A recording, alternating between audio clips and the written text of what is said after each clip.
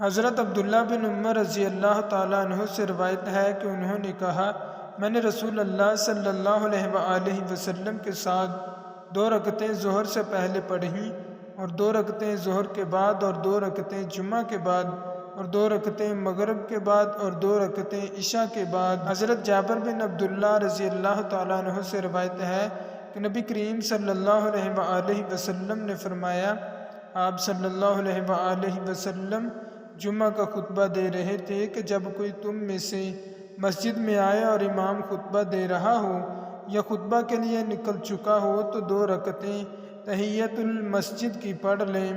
حضرت عبداللہ بن عمر رضی اللہ تعالیٰ عنہ مکہ میں اپنے گھر میں آئے۔ کسی نے کہا، رسول اللہ صلی اللہ علیہ وآلہ وسلم آئے اور کعبہ کے اندر بھی تشریف لے جا چکے ہیں۔ حضرت عبداللہ بن عمر رضی اللہ تعالیٰ عنہ نے کہا، یہ سن کر میں آیا، دیکھا تو رسول اللہ صلی اللہ علیہ وآلہ وسلم کعبے سے باہر نکل چکے ہیں اور حضرت بلال رضی اللہ تعالیٰ عنہ دروازے پر کھڑے ہیں۔ میں نے کہا، بلال رضی اللہ تعالیٰ عنہ، کیا رسول اللہ صلی اللہ علیہ وآلہ وسلم نے کعبے کے اندر نماز پڑھی؟ انہوں نے کہا، جی ہاں۔ میں نے کہا، کہاں، کس جگہ پر؟ انہوں نے کہا، ان 2 ستونوں کے درمیان میں۔ پھر آپ صلی اللہ علیہ وآلہ وسلم باہر نکلے اور کعبہ کے دروازے کے سامنے 2 رکعتیں پڑھیں۔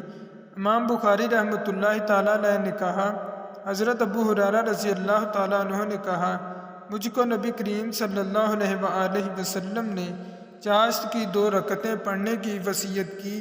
اور عتبان بن مالک رضی اللہ تعالیٰ عنہ نے کہا، صبح کے دن چڑھے رسول اللہ صلی اللہ علیہ وآلہ وسلم اور حضرت ابو بکر رضی اللہ تعالیٰ عنہ اور حضرت عمر رضی اللہ تعالیٰ عنہ میرے پاس آئے اور ہم نے آپ صلی اللہ علیہ وآلہ وسلم کے پیچھے صف باندھی۔ آپ صلی اللہ علیہ وآلہ وسلم نے 2 رکعتیں پڑھائیں۔